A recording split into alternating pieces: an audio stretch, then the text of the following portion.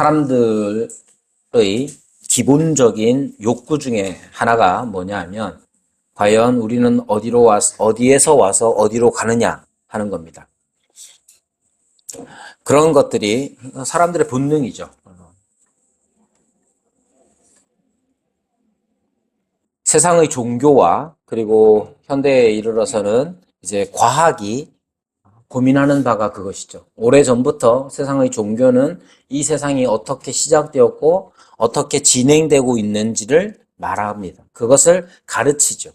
그리고 현대에 이르러서 근대과학 이후로 계속해서 원인을 찾아가던 그 과학은 이 세상이 어디에서 시작되었으며 앞으로 어떻게 될 것인가에 대한 그러한 연구들을 계속하고 있는 겁니다. 이것이 확대되면 그러하고 또한 개인적으로도 마찬가지입니다. 나는 어디에서 왔는가? 이게 내 부모는 누구인가? 뭐 이런 얘기를 하는 게 아니에요. 부모님한테도 가끔 묻죠. 나는 어디서 왔는가? 묻기도 하지만 어쨌든 우리 개인적으로도 나는 어디에서 왔고 특히 지금 이미 우리가 지금 여기에 있다는 사실을 누구나 다 잘 알기 때문에 우린 어디로 가는가에 대한 고민을 하죠. 그 고민이 어려서부터 시작되는 사람들도 있고 어느 정도 나이가 들어서 그렇게 고민을 시작하는 사람도 있습니다. 저도 초등학교 6학년, 5, 6학년 때 무렵부터 인생 이제 죽는다는 게 무엇인가, 죽으면 어떻게 되는가 하는 고민들, 그런 염려들에 사로잡힌 적이 있습니다. 그리고 이러한 고민들은 모든 사람들에게 있어서 중요한 역할들을 하게 되는 겁니다. 왜 세상의 종교와 철학이 어디에서 왔고 어디로 가는지를 고민하느냐 하면 우리가 어디에서 왔고 어디로 가느냐, 역사가 어떻게 시작됐고 역사의 끝은 어디일 것이냐 하는 이 고민 자체가 사실 현재를 살아가게끔 하기 때문에 그렇습니다. 자, 우리가 어디에서 왔느냐에 대한 고민에 대해서 세상 사람들, 특히 믿지 않는 사람들, 현대의, 근대 이후의 합리주의적인 그러한 세계관에 이미 물들어버린 사람들은 지금 우리가 어디에서 왔느냐 하면 그저 그냥 너무 단순하게 생각을 합니다. 이미 성교육을 다 받은 어린아이들이 아이들이 다 있을 테니 우리는 정자와 난자가 만나서 그것으로 세포에서부터 시작해가지고 우리는 이렇게 이 땅에 태어났다고 생각합니다. 그러니까 어쩌다가 만나게 된 정자와 난자의 그 만남을 통해서 내가 생겨났다고 생각하기 때문에 그냥 이 세상에 어쩌다가 온 것처럼 생각하고, 그리고 어쩌다 온 거는 분명하니 어디로 갈 것이냐 했을 때 그 가는 종점, 마지막 지점에 대해서, 그 죽음이라는 것에 대해서도 우리는 그냥 아무 의미를 발견하지 못할 때가 많단 말이에요. 시작부터 끝까지, 우리의 시작부터 우리의 끝까지 큰 의미가 없이 시작하고 큰 의미가 없이 끝나버리기 때문에, 그렇기 때문에 지금 현재를 살아갈 때에 별 의미가 없습니다. 그래서 의미란 과연 무엇이냐 했을 때 결국 그것은 나를 편하게 하는 것, 나를 즐겁게 하는 것, 나의 관심을 자극시키는 것, 거기에 그냥 의미를 두는 거예요. 서우 오랜만에 왔는데 공부 열심히 하자. 왜 열심히 하노? 그냥 하자. 그냥 합니다. 왜 그냥 하느냐? 엄마가 하락하니까 그냥 하는 거예요. 엄마가 학원 보내면 학원 가고, 학원 가가지고 열심히 안 하면 엄마한테 혼나니까 열심히 하고. 엄마는 뭐라 하느냐? 야, 니 지금 초등학교 졸업하기 전에 뭘 해야지? 중학교도 잘 가고, 중학교 잘 가야 고등학교도 잘 가고, 고등학교 잘 가야 대학도 잘 가고. 대학 잘 가서 뭐 합니까? 그래야 안정적인 직장을 얻고, 그래야 돈 버는데 지장이 없고, 그래야 네가 좋은 차 타고.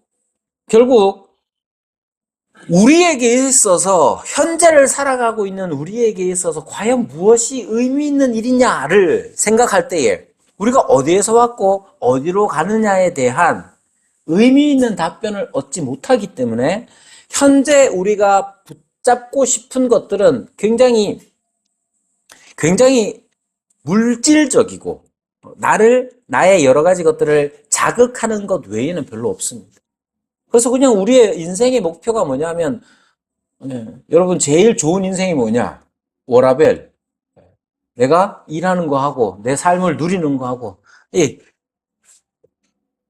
두 가지가 그냥 내가 일할 만큼 일하고 또 즐길 수 있을 만큼 혹은 여가를 누릴 수 있을 만큼 누리는 거.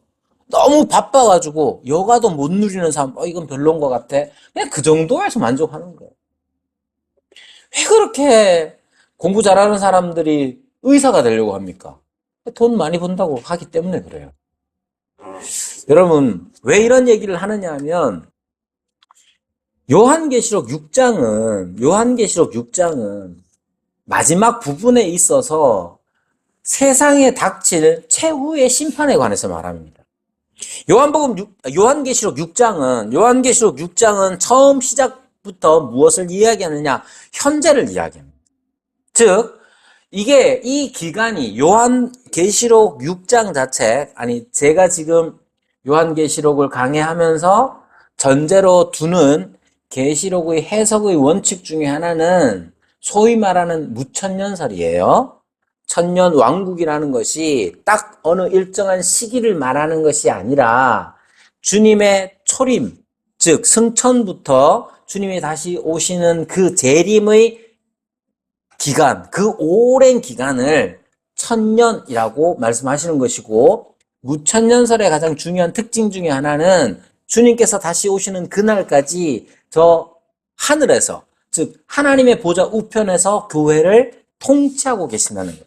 그래서 천년 왕국이 이미 우리에게 시작되었고 우리는 천년 왕국의 그 과정 속에, 그 기간 중에 있다는 거예요. 다르게 얘기하면 그리스도께서 승천하셔서 교회의 머리가 되셔서 교회를 지금도 다스리고 계신다는 거예요. 그 개념에서 말하는 겁니다. 요한계시록 6장 1절에서는 그 천년 왕국 동안에 교회 가운데 일어나는 일에 대해서 말합니다. 그 첫 번째 일이 뭐냐? 여기 1절부터 나오는 인을 떼시는 그 장면에서 넷째 인까지 8절까지 보면 간단하게 얘기하면 교회는 그 인을 떼심으로써 드러나는 진리 가운데 진리가 뭐냐 하면 교회는 환난 가운데 있는 겁니다. 여러분, 이 세상에 존재하는 교회는 어려움 없이 존재하는 교회는 없습니다. 그러면 이 어려움이 언제까지 가느냐? 영원토록 가는 게 아니라 끝이 있다는 것을 다섯째 인을 떼시면서, 여섯째 인을 떼시면서 보여주고 있는 것이죠.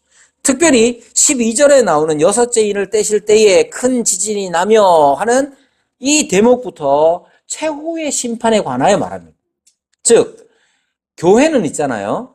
이 세상의 역사는 어떻게 되느냐 하면 하나님께서 창조하시고 그리스도께서 오셔서 성령으로 말미암아 이 땅에 교회를 새 창조의 영으로서 이 땅에 교회를 창조하시고, 물론 여기 이제 오해를 하시면 안 되는 게 교회는 언제나 있었습니다. 왜냐하면 교회라는 것의 그 개념은 하나님의 택한 백성으로서의 개념이기 때문에 영원 전부터 영원까지 교회는 있어요.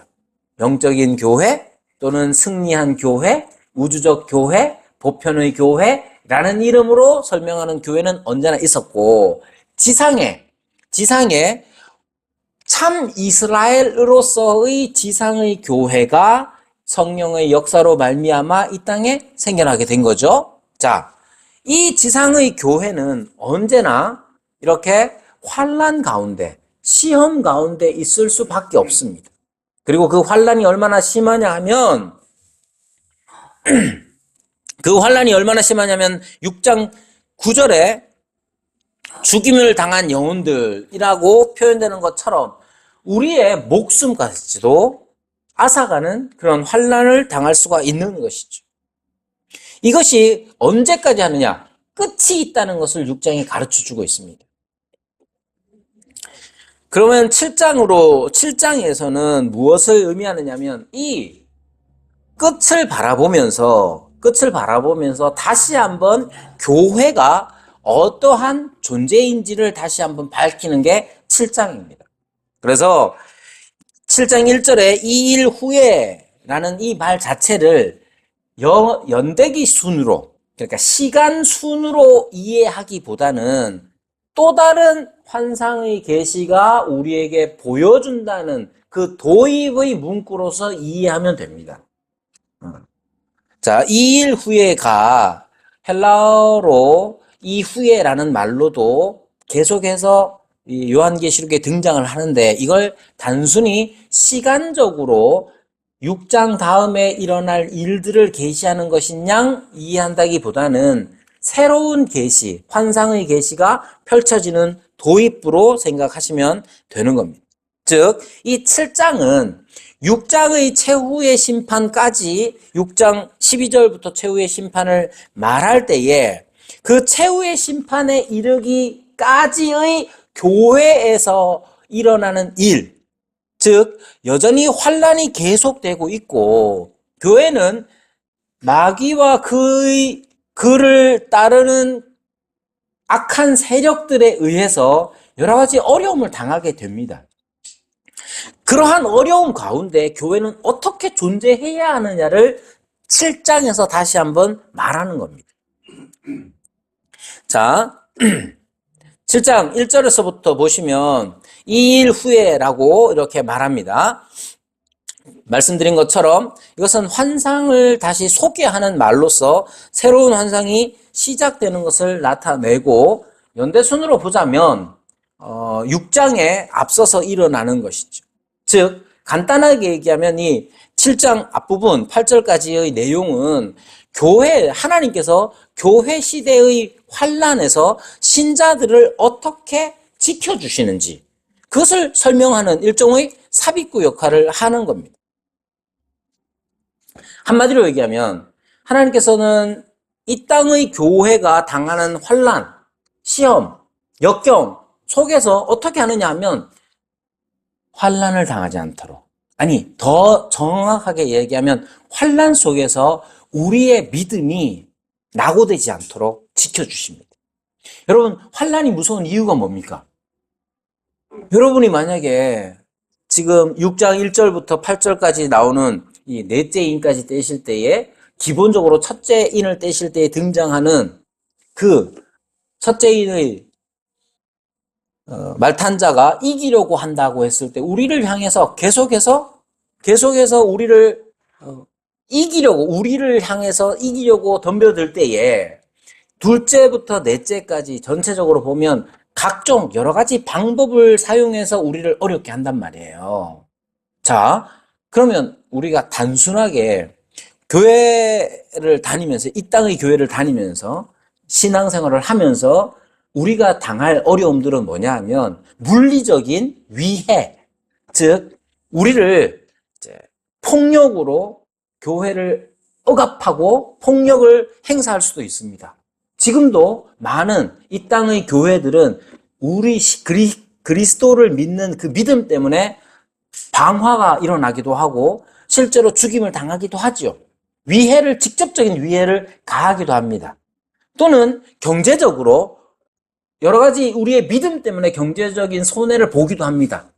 자, 그러면 여러분, 우리에게 그러한 환란이 닥칠 때에 가장 위험한 게 뭐냐 했을 때 우리가 두드려 맞는 거, 예수님 믿는다고 맞는 거, 그게 위험한 것이냐?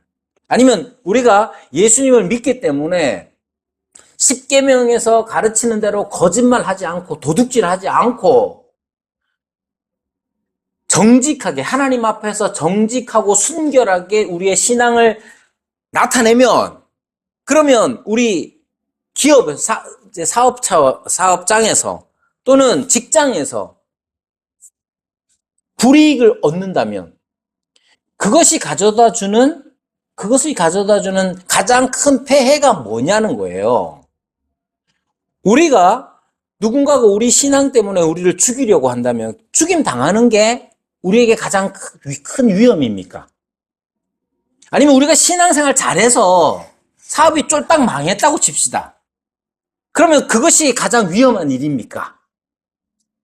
그 얘기를 하는 거예요. 하나님께서 우리를 환난 가운데서 이 땅의 교회를 보호하신다고 했을 때에 그 보호하심이 죽을 것 같은 위험에서 건져주시는 거 포함되지요. 우리가 진짜 먹고 살 게 없는 그 가난과 질병과 이런 것들 속에서 우리를 지켜주신다고 했을 때 그것이 가난한 자가 부유하게 되고 병든 자가 병이 낫게 되는 것 포함됩니다. 그러나 여러분 잊지 마십시오. 세상에서 사탄이, 마귀가 그 사탄을 따르는 그 추종의 악한 세력들이 우리에게 여러 가지 환난을 주는 것은 그 수단, 그 방법, 그거 하나만을 가지고 있지 않습니다. 즉, 사탄이 우리를 물리적으로 죽이려고 할 때 가장 위험한 것은 물리적으로 우리의 생명이 빼앗기는 게 아니란 말이에요. 사탄이 우리를 경제적으로 가난하게 만든다고 합시다. 그럼 우리에게 가장 위험한 것은 경제적으로 가난한 게 아니란 말이에요. 가장 위험한 것이 뭐냐면 내 목숨이 두려워서 신앙을 버리는 것이고 내가 가난해지는 게 두려워서 세상과 타협하는 것이고 내 지긋지긋한 질병 때문에 이 지긋지긋한 육신의 질병이 내게 너무 육체적인 고통을 주기 때문에 신앙적으로 타협하는 것, 그게 가장 위험한 겁니다. 여러분, 이 말에 여러분들이 진짜로 동의하시는지 생각해 보셔야 돼요.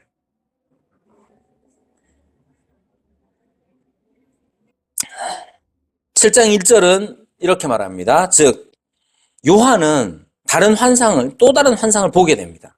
그 환상이 어떻게 되느냐면, 내 천사가 땅 네 모퉁이에 선 것을 보니, 땅의 사방의 바람을 붙잡아 바람으로 하여금 땅에나 바다에나 각종 나무에 불지 못하게 하더라.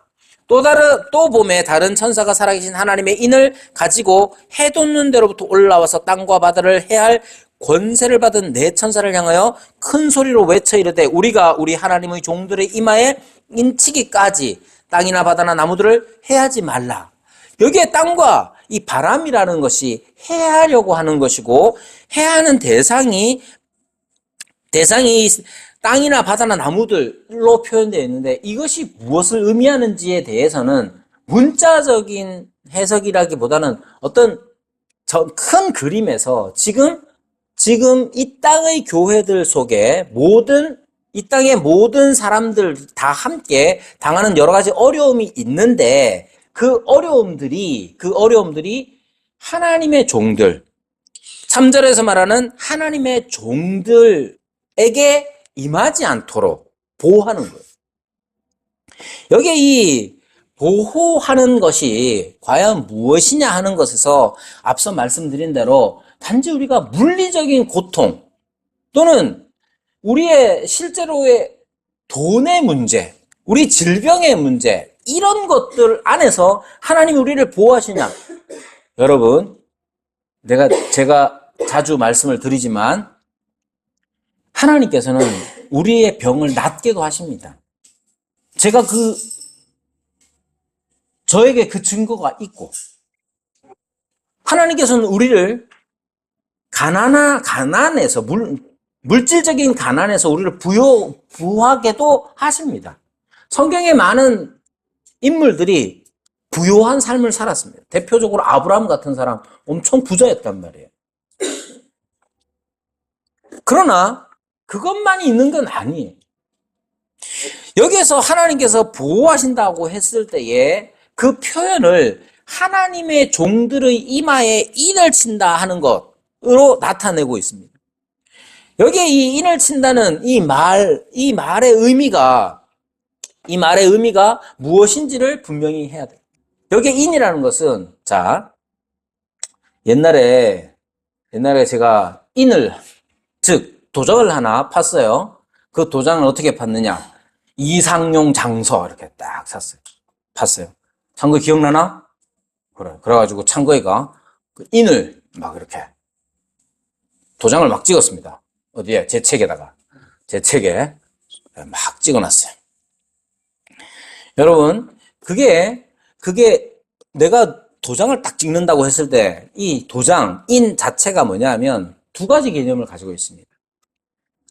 이것은 진짜다 하는 것이고, 또 하나는 소유에 관한 것이죠. 이상용 장소 딱 찍으면 그 누구 거냐? 내 거? 제 거예요. 내 거라서 찍어. 도장을 누가 찍냐? 이창구이가 찍어도 지가 찍었다고 내 거 하는 게 아니잖아요. 자, 인이라는 것은 진짜이고 또한 소유권을 가리키는 의미입니다. 즉 여러 가지 이 네 천사가 7장 1절에서 나오는 이 네 천사가 땅 네 모퉁이, 이것은 사방을 의미하는 것이죠. 그래서 세상 전체를 의미하는 겁니다. 땅의 사방의 바람을 붙잡아 바람으로 하여금 바다나 각종 나무에 불지 못하도록 하더라. 해할 수 없도록 해하려고 하는 그 모든 역사 속에서 하나님께서 하시는 일이 뭐냐 하면 하나님의 종들의 이마에 인을 치는 일입니다. 이것은 앞서 말씀드린 대로 교회가 역사상에 존재하는 교회가 모든 교회에 해당되는 것으로서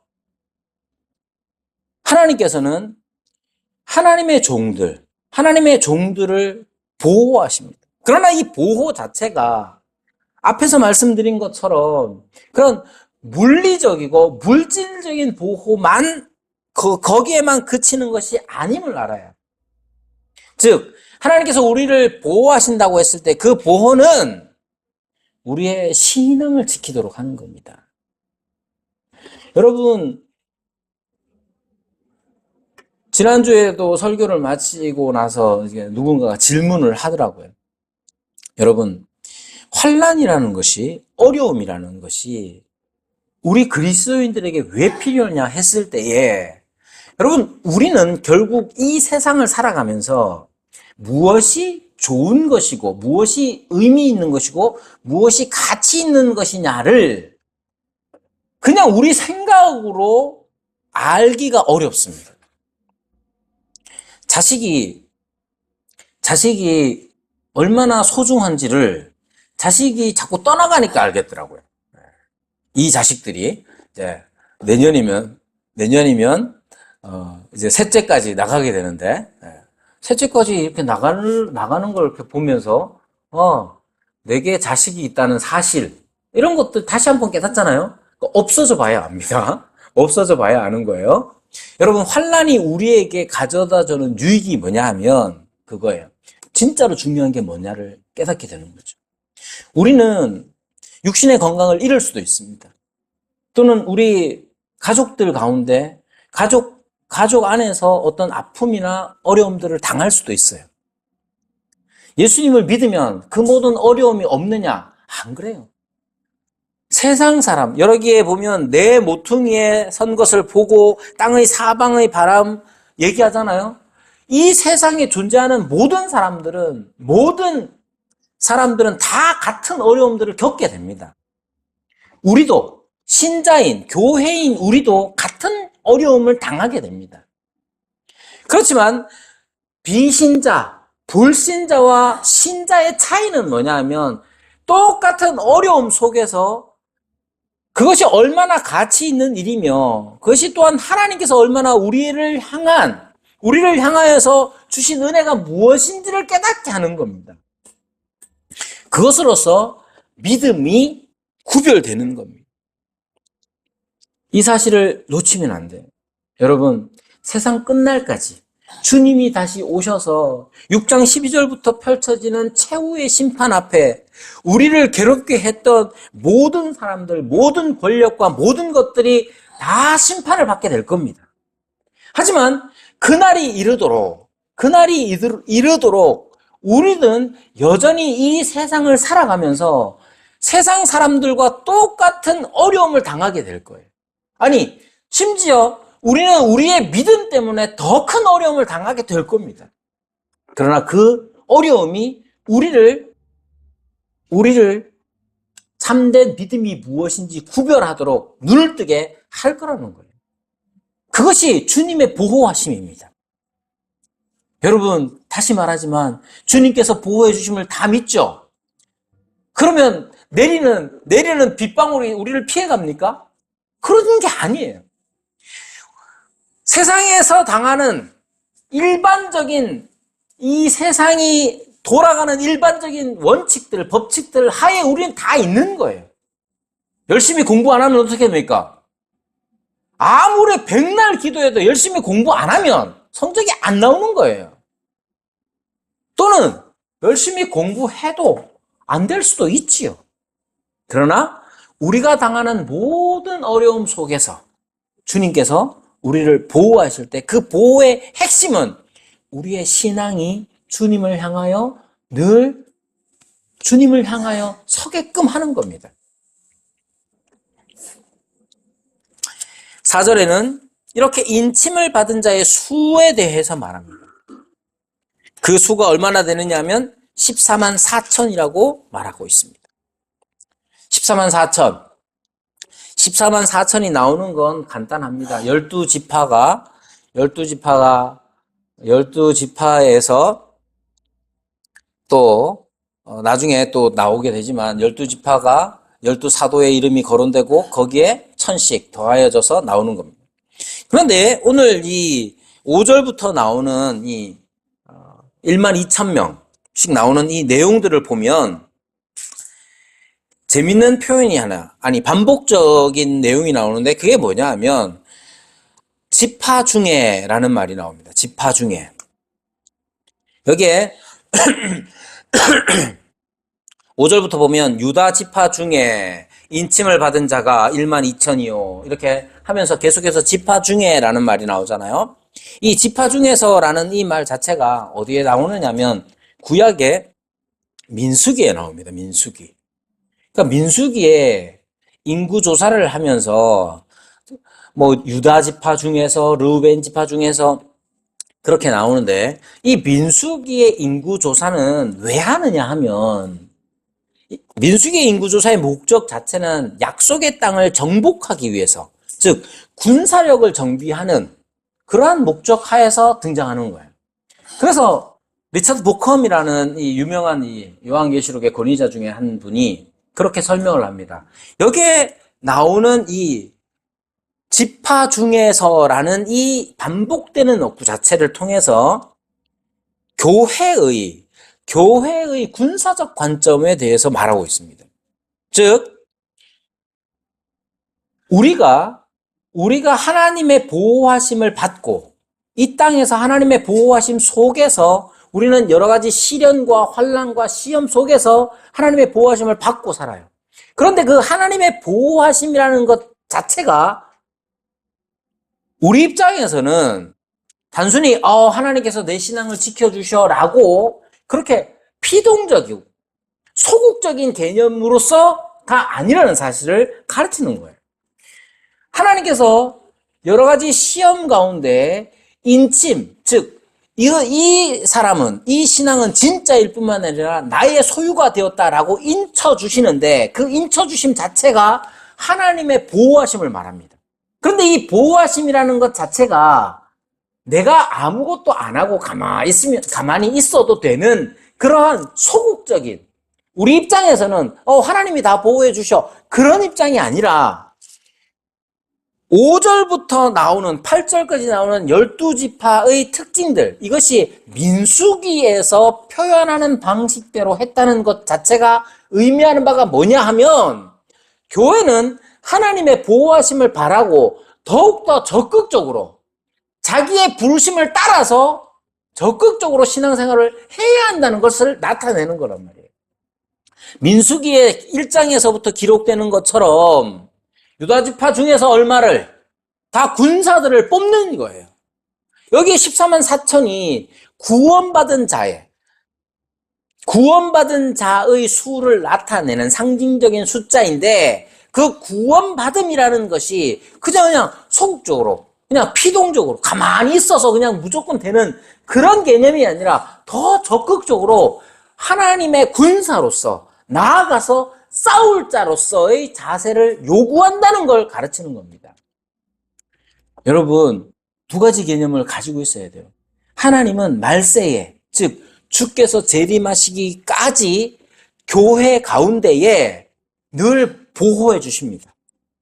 주님이 다시 오시는 그날까지 교회는 사탄에 의해서 늘 공격을 받고 우리는 죽임을 당하고 늘 환난과 시험과 고난 속에 있을 거래요. 그럼에도 불구하고 하나님께서는 그 교회를 늘 보호해 주실 거란 말입니다. 우리는 그 보호하심을 믿으면서 더욱더 적극적으로 우리의 신앙을 드러내는 자가 되어야 합니다. 그런데 이 싸움이라는 것이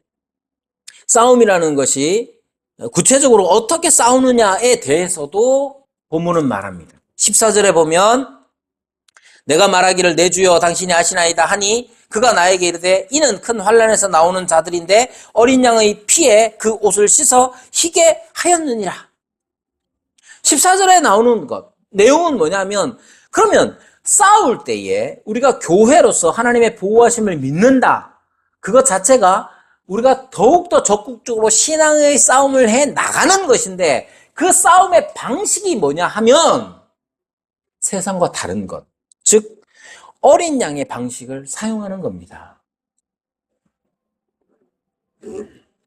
여러분, 유다 지파의 왕이신 어린 양이 어떻게 싸우셨느냐? 이 세상에서 그리스도는 어린 양으로서 어떻게 싸우셨느냐 하면 바로 십자가에서 죽으시는 방식을 통해서 세상을 이기셨다는 것을 놓치면 안 되는 거예요.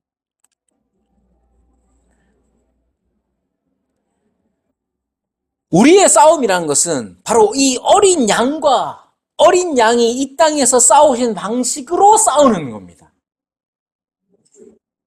그것이 뭐냐?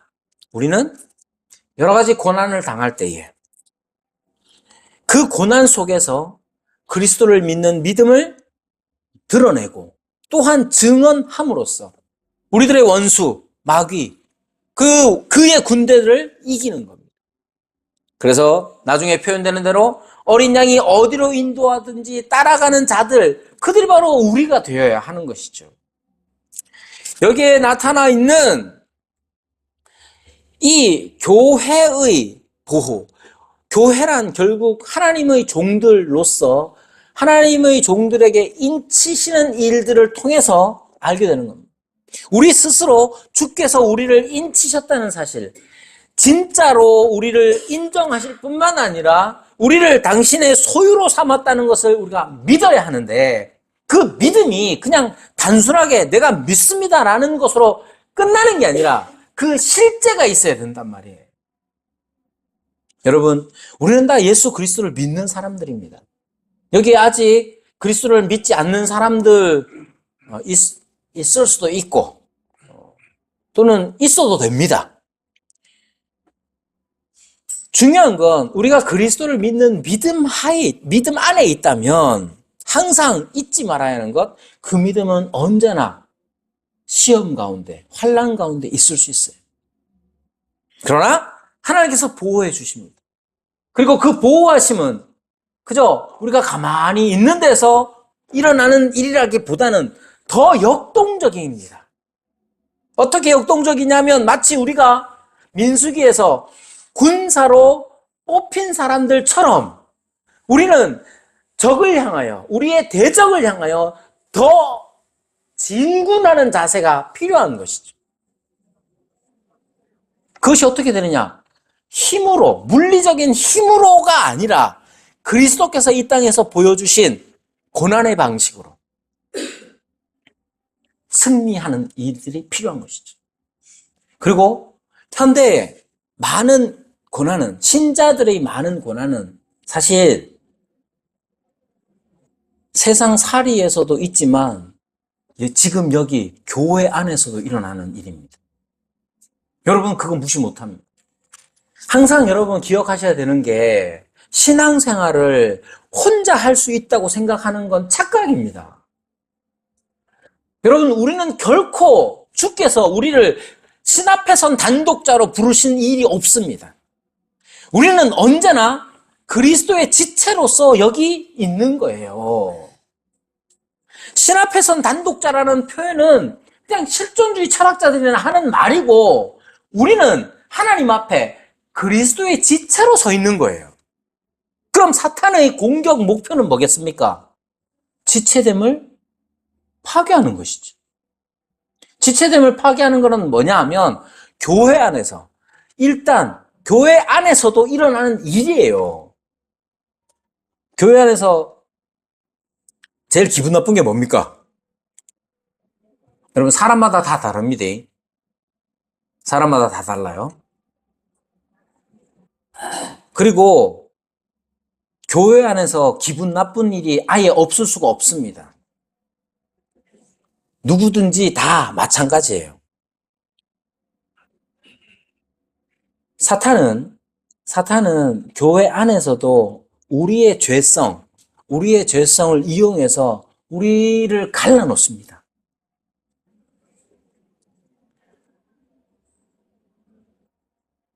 우리는 그러한 환난 속에 있는 거예요. 우리는 어떻게 해야 됩니까? 더 적극적으로 나가야 되는데 교회 안에서도 그런 일들이 일어나는 거예요. 교회 안에서도 그런 일들이 반드시 일어나야 합니다. 어떻게 일어납니까? 내가 기분 나쁜 일에 대해서 어떻게 반응하는 게 그리스도적인 것이냐를 고민하는 게 신앙생활입니다. 여러분, 교회에서 여러 가지 행사들도 있고 또는 사람들 사이에 일어나는 여러 가지 이 아주 예민한 문제들도 있을 수 있잖아요.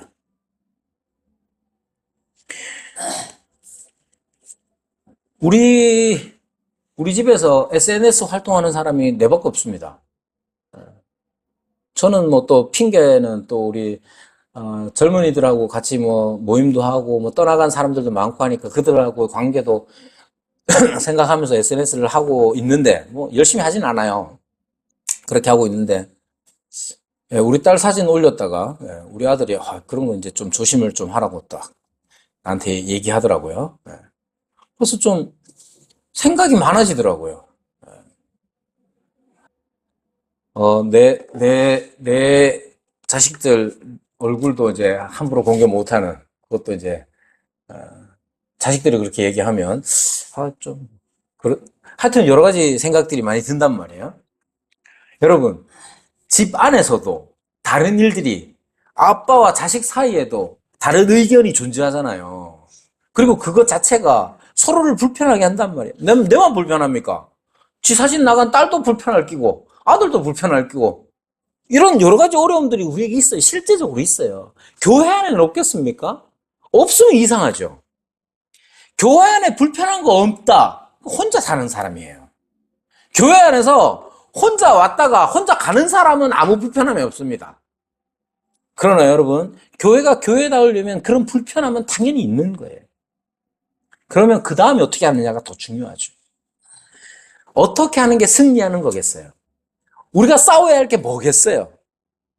그 부분들을 놓치면 안 돼요. 교회는 그런 일들이 일어나는 곳이에요. 그리고 교회는 그러한 아주 사소해 보이지만 중요한 일들에 대하여서 기도하고 함께 이겨나가는 게 교회예요. 결국은 우리는 승리하게 될 겁니다. 그래서 지금 9절부터 보면 이 일 후에 내가 보니 각 나라와 족속과 백성과 방언에서 아무도 능히 셀 수 없는 큰 무리가 나와 흰 옷을 입고 손에 종료 가지를 들고 보좌 앞과 어린 양 앞에 서서 큰 소리로 외쳐 이르되 구원하심이 보좌에 앉으신 이 우리 하나님과 어린 양에게 있도다. 결국 우리는 승리하게 될 거예요. 그러나 그 승리는 어린 양의 승리인 겁니다. 우리 방식의 승리가 아니란 말이에요. 만약에 누군가와 교회 안에서 불편한 일이 있다. 그럼 무엇이 승리입니까? 세상의 승리는 그 사람 찍소리 못하게 하는 게 승리겠죠. 그러나 우리는 결국 어린 양 앞에 서는 겁니다. 결국 우리는 어린 양과 그를 보내신 바 보좌에 앉으신 이 앞에 서서 승리의 찬송을 부르게 될 터인데 그 승리의 찬송은 어떤 방식의 승리여야 하느냐 하면 어린 양의 승리를 따라가는 승리여야 한단 말이에요. 이 땅의 교회는 그 보호하심 아래에 있는 겁니다. 여러분, 진짜 좋은 교회가 어떤 교회냐 하면 아무 일도 일어나지 않는 교회가 아니에요. 여러 가지 불편함이 있지만 그 불편함을 어떻게 이겨나가는가? 어떤 방식으로 우리는 그 불편함을 이겨나갈 수 있는가를 고민하는 거, 그게 우리 신앙이어야 합니다. 이 조만한 교회 안에서도 여러분, 누구는 어떻다 저떻다 할 말 많잖아요. 할 말 없지 않습니다. 누군가는 꾹 참고 있고, 누군가는 그냥 자기 마음 맞는 사람하고 얘기하고 있고, 그렇게 하는 거예요. 그런데 그게 우리의 승리입니까? 그렇지 않아요. 어린 양의 승리를 우리의 승리로 취할 수 있어야 된단 말입니다. 그래야 보좌와 그 앞에 계신 어린 양 앞에서 우리는 찬송할 수 있는 거예요. 우리의 찬송이 내가 얼마나 그 사람을 압도했느냐를 찬송하겠습니까? 그렇지가 않아요. 여러분, 이 일이 중요한 일입니다. 항상 우리는 교회로서 이 교회 안에서 하나님의 보호하심이 있다는 사실을, 하나님의 인치심이 있다는 사실을 믿음으로써 기꺼이 그리고 두려움 없이 어린 양을 따르는 선택들을 해 나가야 되는 거예요. 그리고 내가 그 선택을 했을 때 우리 교회 안에서 민망함이나 이상함이 없어야 되는 거예요. 그런 교회가 좋은 교회예요. 그런 교회가 진짜 교회됨을 맛보는 교회예요. 여러분, 이 세상에서 우리가 태어나서 어디로 가는지 우리는 압니다. 우리는 어디에서 왔고 어디로 가는지 알아요. 우리는 하나님에게서 왔고 하나님에게로 돌아갈 겁니다. 그럼 이 땅에서 우리의 의미는, 현재의 의미는 바로 하나님 안에 있어야 되는 거예요. 그 의미를 더 잘 깨닫게 하는 일이 뭐냐? 우리의 곤란, 우리의 환난, 우리의 어려움, 그런 것들이에요. 그 속에서 우리가 무엇을 택하는지, 우리가 어떤 것들을 선택해 나가는지, 그것이 바로 인침을 받은 자가 스스로 확인하는 방식입니다. 여러분, 여기 성질 없는 사람 아무도 없습니다. 우리 제일 착해 보이는 사람 누구? 박하진이가.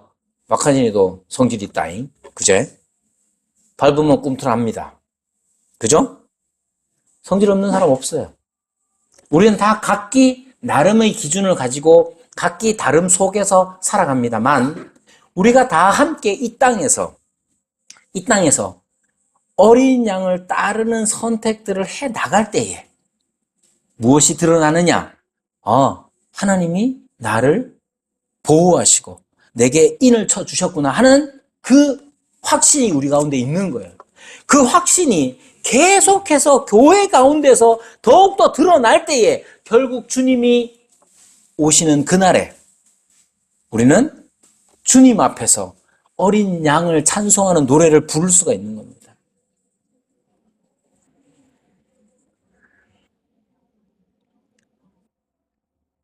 그리고 우리가 드러내는 것이 뭐냐? 17절 마지막 절에 있는 말씀, 이는 보좌 가운데 계신 어린 양이 그들의 목자가 되사 생명수 샘으로 인도하시고 하나님께서 그들의 눈에서 모든 눈물을 씻어주실 것입니다. 여러분, 이 땅 살아가면서 눈물을 흘려야 됩니다. 여러분, 내가 눈물을 흘려야 주께서 닦아주실 눈물이 있는 거예요. 근데 자꾸 다른 사람 눈물 흘리게 하지 말고 우리가 주를 위하여서 흘릴 눈물이 있어요. 어디에서 눈물을 흘리겠습니까? 여기에서 흘리는 게 눈물이에요. 그리고 그것을 주님께서 마지막에 닦아주실 겁니다. 주님의 닦아주심, 눈물을 닦아주심에 우리는 모든 소망을 두고 이 땅에서 눈물 흘리는 것을 아끼지 말아야 해요. 그것이 바로 인친자, 인침을 당한 자, 인을 친 자들의 특징이라는 사실을 기억하면서 우리가 함께 교회됨을 이루어가는 그의 나라 교회가 되기를 바랍니다.